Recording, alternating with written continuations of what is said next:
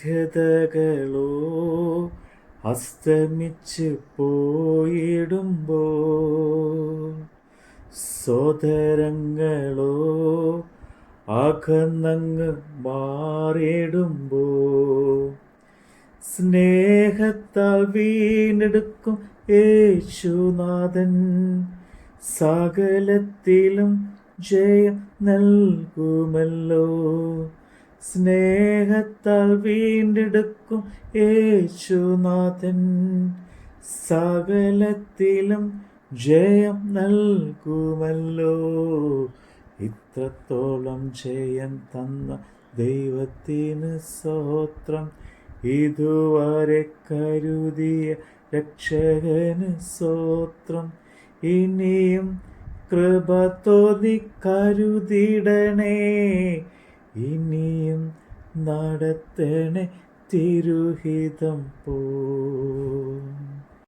യോഹന്നാന്റെ സുവിശേഷം 4-ാം അധ്യായം. യേശു യോഹന്നാനേക്കാൾ അധികം ശിഷ്യന്മാരെ ചേർത്തു സ്നാനം കഴിപ്പിക്കുന്നു എന്ന് പരീശന്മാർ കേട്ടു എന്ന് കർത്താവ് അറിഞ്ഞപ്പോൾ, ശിഷ്യന്മാർ അല്ലാതെ യേശു തന്നെ സ്നാനം കഴിപ്പിച്ചില്ലാതാനും. അവൻ യഹൂദദേശം വിട്ട് പിന്നെയും ഗലീലയ്ക്ക് യാത്രയായി. അവൻ ശമരിയിൽ കൂടി കടന്നു പോകേണ്ടി വന്നു. അങ്ങനെ അവൻ സുക്കാർ എന്നൊരു കാര്യപട്ടണത്തിൽ യാക്കോബ് തൻ്റെ പുത്രനായ ജോസഫിന് കൊടുത്ത നിലത്തിനരികെ എത്തി. അവിടെ യാക്കോബിന് ഉറവുണ്ടായിരുന്നു. യേശു വഴി നടന്ന് ക്ഷീണിച്ചിട്ട് ഉറവിനകരെ ഇരുന്നു. അപ്പോൾ ഏകദേശം 6 മണി നേരം ആയിരുന്നു. ഒരു ശമരിയ സ്ത്രീ വെള്ളം കോരുവാൻ വന്ന് യേശു അവളോട്, എനിക്ക് കുടിപ്പാൻ തരുമോ എന്ന് ചോദിച്ചു. അവൻ്റെ ശിഷ്യന്മാർ ഭക്ഷണ സ്നാനങ്ങളെ കൊള്ളുവാൻ പട്ടണത്തിൽ പോയിരുന്നു. ശമരിയ സ്ത്രീ അവനോട്, നീ യഹൂദനായിരിക്കെ ശമരിയക്കാരത്തെ എന്നോട് കുടിപ്പാൻ ചോദിക്കുന്നത് എങ്ങനെ എന്ന് പറഞ്ഞു. യഹൂദന്മാർക്കും ശമരിയക്കാർക്കും തമ്മിൽ സമ്പർക്കമില്ല. അതിന് യേശു, നീ ദൈവത്തിൻ്റെ ദാനവും നിന്നോട് കുടിപ്പാൻ ചോദിക്കുന്നവൻ ആരെന്നും അറിഞ്ഞുവെങ്കിൽ നീ അവനോട് ചോദിക്കുകയും അവൻ ജീവനുള്ള വെള്ളം നിനക്ക് തരികയും ചെയ്യുമായിരുന്നു എന്ന് ഉത്തരം പറഞ്ഞു. സ്ത്രീ അവനോട്, യജമാനെ, നിനക്ക് കോരുവാൻ പാത്രം ഇല്ലല്ലോ, കിണർ ആഴമുള്ളതാവുന്നു, പിന്നെ ജീവനുള്ള വെള്ളം നിനക്ക് എവിടെ നിന്ന്? നമ്മുടെ പിതാവായ യാക്കോബിനേക്കാൾ നീ വലിയവനോ? അവനാകുന്നു ഈ കിണർ ഞങ്ങൾക്ക് തന്നത്. അവനും അവൻ്റെ മക്കളും മൃഗങ്ങളും സകല ഇതിലെ വെള്ളം കുടിച്ചു പോന്നു എന്ന് പറഞ്ഞു. യേശു അവളോട്, ഈ വെള്ളം കുടിക്കുന്നവനെല്ലാം പിന്നെയും ദാഹിക്കും. ഞാൻ കൊടുക്കുന്ന വെള്ളം കുടിക്കുന്നവനോ ഒരു നാളും ദാഹിക്കുകയില്ല. ഞാൻ കൊടുക്കുന്ന വെള്ളം അവനിൽ നിത്യജീവനിലേക്ക് പൊങ്ങി വരുന്ന നേരുറവയായി തീരുമെന്ന് ഞാൻ എന്ന് ഉത്തരം പറഞ്ഞു. സ്ത്രീ അവനോട്, യജമാനെ, എനിക്ക് ദാഹിക്കാതെയും ഞാൻ കോരുവാൻ ഇവിടത്തോളം ഇരിക്കേണ്ടതിന് ആ വെള്ളം എനിക്ക് തരണം എന്ന് പറഞ്ഞു. യേശു അവളോട്, പോയി ഭർത്താവിനെ വിളിച്ചുകൊണ്ട് വരിക എന്ന് പറഞ്ഞു. എനിക്ക് ഭർത്താവില്ല എന്ന് സ്ത്രീ അവനോട് ഉത്തരം പറഞ്ഞതിന്, എനിക്ക് ഭർത്താവില്ല എന്ന് നീ പറഞ്ഞത് ശരി. 5 ഭർത്താക്കന്മാർ നിനക്ക് ഉണ്ടായിരുന്നു, ഇപ്പോൾ ഉള്ളവനോ ഭർത്താവല്ല നീ പറഞ്ഞത് സത്യം തന്നെ എന്ന് യേശു പറഞ്ഞു. സ്ത്രീ അവനോട്, യജമാനെ, നീ പ്രവാചകൻ എന്ന് ഞാൻ കാണുന്നു. ഞങ്ങളുടെ പിതാക്കന്മാർ ഈ മലയിൽ നമസ്കരിച്ച് വന്നു. നമസ്കരിക്കേണ്ട സ്ഥലം യെരുശലേമിൽ ആകുന്നു എന്ന് നിങ്ങൾ പറയുന്നു എന്ന് പറഞ്ഞു. യേശു അവളോട് പറഞ്ഞത്, സ്ത്രീയെ, എൻ്റെ വാക്ക് വിശ്വസിക്കുക. നിങ്ങൾ പിതാവിനെ നമസ്കരിക്കുന്നത് ഈ മലയിലുമല്ല യെരുശലേമിലുമല്ല, എന്നുള്ള നാഴിക വരുന്നു. നിങ്ങൾ അറിയാത്തതിനെ നമസ്കരിക്കുന്നു, ഞങ്ങളോ അറിയുന്നതിനെ നമസ്കരിക്കുന്നു. രക്ഷ യഹൂദന്മാരുടെ ഇടയിൽ നിന്നല്ലോ വരുന്നത്. സത്യ നമസ്കാരികൾ പിതാവിനെ ആത്മാവിലും സത്യത്തിലും നമസ്കരിക്കുന്ന നാഴിക വരുന്നു, ഇപ്പോൾ വന്നുമിരിക്കുന്നു. തന്നെ നമസ്കരിക്കുന്നവർ ഇങ്ങനെയുള്ളവർ ആയിരിക്കണമെന്ന് പിതാവ് ഇച്ഛിക്കുന്നു. ദൈവം ആത്മാവാകുന്നു.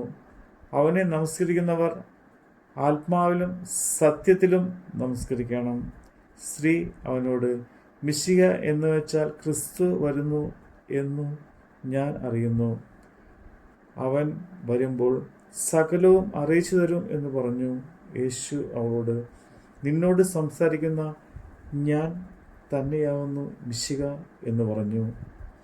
ഇതിനിടയിൽ അവൻ്റെ ശിഷ്യന്മാർ വന്നു. അവൻ സ്ത്രീയോട് സംസാരിക്കയാൽ ആശ്ചര്യപ്പെട്ടു. എങ്കിലും നീ എന്ത് ചോദിക്കുന്നു, അവളോട് എന്ത് സംസാരിക്കുന്നു എന്ന് ആരും ചോദിച്ചില്ല. അനന്തരം സ്ത്രീ പാത്രം വെച്ചിട്ട് പട്ടണത്തിൽ ചെന്ന് ജനങ്ങളോട്, ഞാൻ ചെയ്തതൊക്കെയും എന്നോട് പറഞ്ഞ ഒരു മനുഷ്യനെ വന്നു കാണുമീൻ. അവൻ പക്ഷെ ക്രിസ്തു ആയിരിക്കുമോ എന്ന് പറഞ്ഞു. അവർ പട്ടണത്തിൽ നിന്ന് പുറപ്പെട്ട് അവൻ്റെ അടുക്കൽ വന്നു.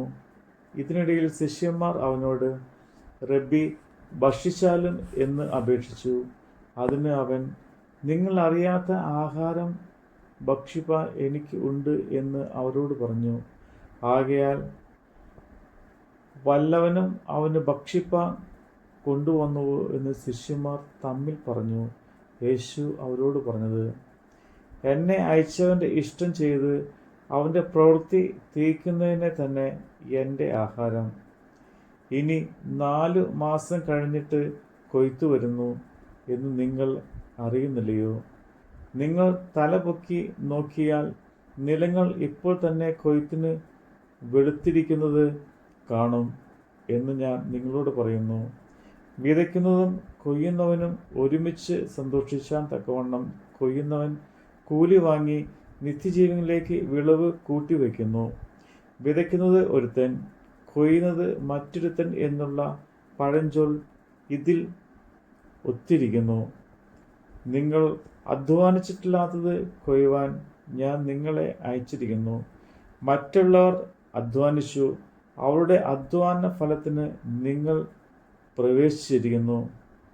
ഞാൻ ചെയ്തതൊക്കെയും അവൻ എന്നോട് പറഞ്ഞു എന്ന് സ്ത്രീ സാക്ഷ്യം പറഞ്ഞ വാക്ക് നിമിത്തം ആ പട്ടണത്തിലെ സകല ശമര്യരും അവനിൽ വിശ്വസിച്ചു. അങ്ങനെ ശമര്യർ അവൻ്റെ അടുക്കൽ വന്ന് തങ്ങളോടുകൂടെ പാർക്കണമെന്ന് അവനോട് അപേക്ഷിച്ചു. അവൻ 2 നാൾ അവിടെ പാർത്തു. ഏറ്റവും അധികം പേർ അവൻ്റെ വചനം കേട്ട് വിശ്വസിച്ചു. ഇനി നിന്റെ വാക്കുകൊണ്ടല്ല ഞങ്ങൾ വിശ്വസിക്കുന്നത്, ഞങ്ങൾ തന്നെ കേൾക്കുകയും അവൻ സാക്ഷാൽ ലോകരക്ഷിതാവ് എന്ന് അറിയുകയും ചെയ്തിരിക്കുന്നു എന്ന് സ്ത്രീയോട് പറഞ്ഞു. 2 ദിവസം കഴിഞ്ഞിട്ട് അവൻ അവിടം വിട്ട് ഗലീലയിലേക്ക് പോയി. പ്രവാചകന് തൻ്റെ പ്രദേശത്ത് ബഹുമാനമില്ല എന്ന് യേശു തന്നെ സാക്ഷ്യം പറഞ്ഞിരുന്നു. അവൻ ഗലീലയിൽ എത്തിയപ്പോൾ ഗലീലക്കാർ തങ്ങളും പെരുന്നാളിന് പോയി. അവൻ യെരുശലേമിൽ വെച്ച് പെരുന്നാളിന് ചെയ്തതൊക്കെയും കണ്ടതുകൊണ്ട് അവനെ അംഗീകരിച്ചു. അവൻ പിന്നെയും താൻ വെള്ളം വീഞ്ഞാക്കിയ ഗലീലയിൽ കാനാവിൽ വന്നു. അന്ന് മകൻ രോഗിയായിരുന്നൊരു രാജ്യഭൃത്യൻ കഫർന്നഹൂമിൽ ഉണ്ടായിരുന്നു. യേശു യഹൂദ്യ ദേശത്തു നിന്ന് ഗലീലയിൽ വന്നു എന്ന് അവൻ കേട്ട് അവൻ്റെ അടുക്കൽ വന്നു. തൻ്റെ മകൻ മരിപ്പാനായിരിക്കുന്നത് കൊണ്ട് അവൻ വന്ന് അവനെ സൗഖ്യമാക്കണം എന്ന് അപേക്ഷിച്ചു. യേശു അവനോട്, നിങ്ങൾ അടയാളങ്ങളും അത്ഭുതങ്ങളും കണ്ടിട്ടില്ലാതെ വിശ്വസിക്കുന്നില്ല എന്ന് പറഞ്ഞു. രാജ്യഭൃത്യൻ അവനോട്, കർത്താവേ, പൈതൽ മരിക്കും മുമ്പ് വരേണമേ എന്ന് പറഞ്ഞു. യേശു അവനോട്, പോയിക്കൊള്ളുക, നിന്റെ മകൻ ജീവിച്ചിരിക്കുന്നു എന്ന് പറഞ്ഞു.